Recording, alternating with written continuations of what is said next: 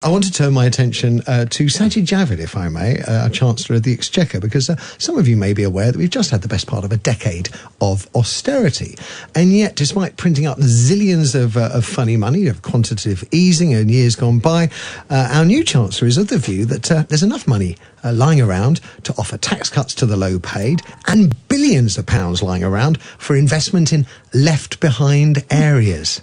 At the same time, of course, we have to remind ourselves that we've got thousands of people, hundreds of thousands of people relying on food banks, despite being the sixth biggest economy on the planet, I think it said. Here to discuss is Alfie Stirling, Head of Economics at the new Economics Foundation. I mean, at first glance, Alfie, you'd be thinking, this is good news, tax cuts for the hard-working man and woman of Britain. Yeah. What's not to love about that? Well, I think this is part of the problem. It sounds great. You know, if we could just stop there and be like, great, let's move on, then it'll be all fine. But of course, the problem is in the detail, as ever with these things. And actually, when you introduced it, you said, tax cuts for the low paid. And that sounds great. And that's the kind of the line they've been using. But it's factually untrue. It's actually a tax cut for the richest. And you can see it in black and white in every bit of analysis that's been done. Talk us through it. Because we should, in one sense, the budget's not till March the 11th, isn't it? So we're not going to get the fine detail, I'd imagine, until after that, March the 12th, perhaps. That's right, but we did get some detail in the manifesto during the election. And one bit of detail was they were going to raise the threshold for national insurance contributions up to £9,500. So what this means is, rather than paying 12% in national insurance on earnings above £8,500, you'd pay above £9,500.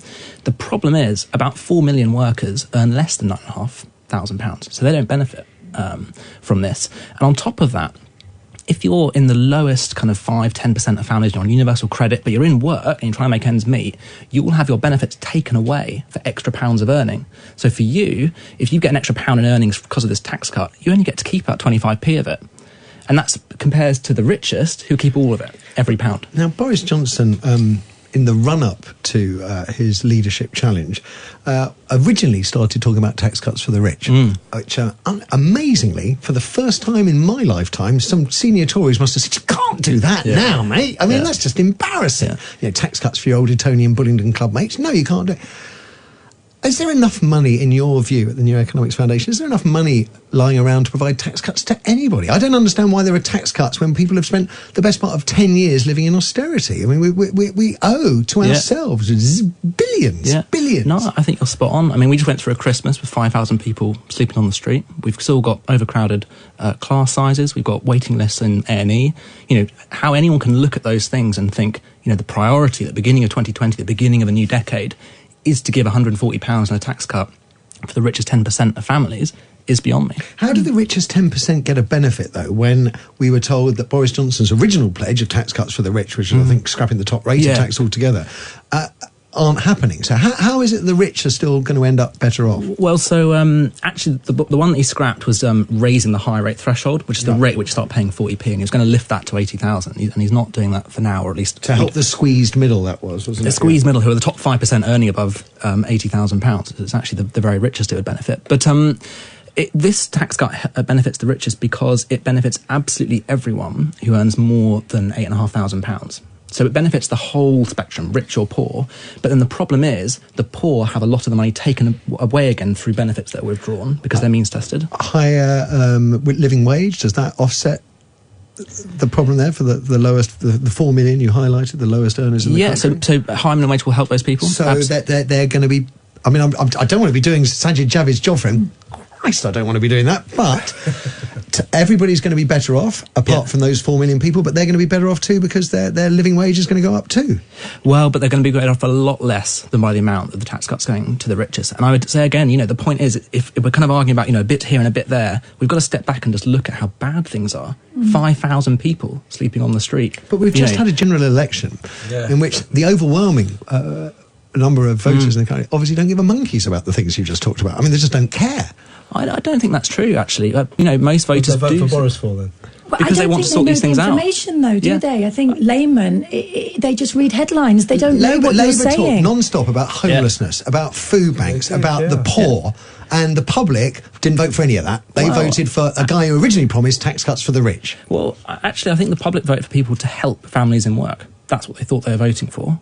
And I think that's or what they getting will leave Brexit there. Do you think that was a Tory message? I don't think that was a Tory message. When it comes to economics, get Brexit done. No, absolutely, yeah. Brexit done was the top end. But in the context of a budget and what they're going to do for working families out of budget, then I think they thought they were voting for someone who would help the working poor.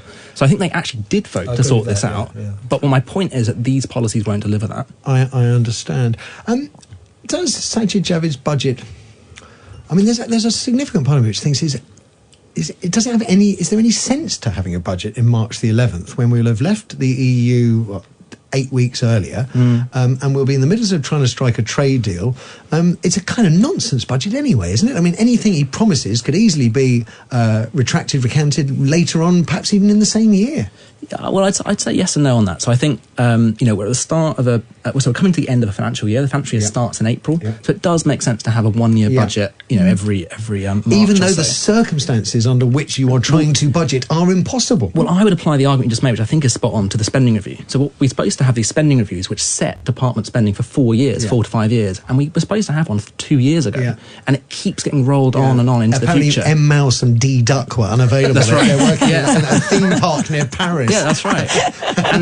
and so that's what's ludicrous right now, is that, in September we had what they called a 1 year spending round, which of course is totally ludicrous given we need to be planning long-term spending and we can't because of Brexit. But that's exactly the point I was going to make, Alfie, that how can anyone plan for anything?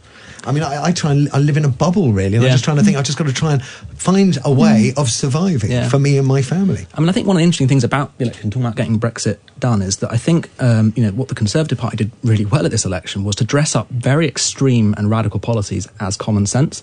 And what the left seems to be doing, such as leaving Brexit, such as leaving the EU, it's actually very extreme. It may be right or wrong, but he had to do it, didn't he? He had to do it. Yeah, but in policy terms, most people now see it as kind of, it's like the new common sense will leave the European Union. It's actually very radical. Whereas the left tend to talk about things that are actually quite moderate, i.e. let's tax and spend similar to France, Denmark, Sweden, Germany. But then they call it radical and it's the biggest thing we've ever done in 40 years. And it's so interesting how the right and left seem to kind of do the complete opposite on this. What about the great British voter? I mean, I have to hold my hand up. I'm not skilled at maths. I actually struggled to do my tax return, if I'm absolutely honest. Pretty good at your expenses, though. Does the ordinary British voter care? I really kind of was left wondering that, with the uncertainty of Brexit ahead, and even Rees Mogg, you remember, he said it could be 50 years before the benefits of Brexit are fully realised, by which point I'm afraid to say Kevin will definitely be dead. You'll still be alive. I'll probably be dead as well. So there's no doubt that even amongst the most rabid Brexiteers, there are concerns that the benefit is going to be some way down the line. I would have assumed that voters would have been more cautious. They would have been protecting themselves as we look towards moving into choppy waters, changeable waters. Well, I don't think it's a case of voters not caring. I think it's just a case of understanding what it is they care about. And I think in this case, they cared about being able to, as they saw it, take control of their lives, take it back from Westminster, take it back from the establishment. Whether or not that's actually being delivered, I think, is a second question. But I do think people care, and that is why people did vote and voted decisively. Significant numbers as well, yeah. So I would give people more credit. I think people absolutely do care, and I think they tend to care about the right things as well. The question is, are politicians going to be able to deliver it? And this budget will be a first test for that. And do you think Brexit will... What impact do you think Brexit is going to have with Sajid Javid at the controls? Well, I mean... I know, broadly speaking, what the Foundation Yeah. thinks. I'm just wondering whether we've got a relatively new Chancellor.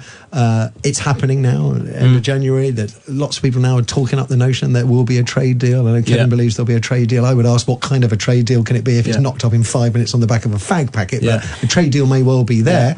Are you nervous, anxious, looking into the future? Well, I think the big tragedy is we're after an election now, and we've got decisiveness on leaving the European Union, but we actually are no closer to knowing what Brexit will mean than we were before. So we can't answer that question, is the honest answer. And that's because we have 1 year now to negotiate a future relationship, and nobody knows what that relationship will be. So what you're saying is we've still got Brexit uncertainty. Nothing has changed. And I think the only thing we know is there's a date at which we leave. We don't know anything else yet. So for the next 12 months, we now have to work out what Brexit means. So in a way, it was complete nonsense that we're getting Brexit done in that election. All that's happened now is the uncertainty has come closer to the fore. And of course, no trade deal would mean in a year's time we'll be leaving on WTO trade terms, area. and it would harm our exporters, it would harm the region, it would harm the very people. Oh, shut up, Alfie! Shut up! That's over. You experts know your think tank promoting social, economic, and environmental justice. You're coming over here, head of economics of the New Economics Foundation, trying to do. Shut up! Alfie Stirling, thanks so much for giving up your Thanks a time, lot. and actually, seriously, for pointing out the sort of fairly nuanced way that our Chancellor is approaching his first budget of this new year on March the 11th. You're listening to Matthew Wright, live on talkRADIO.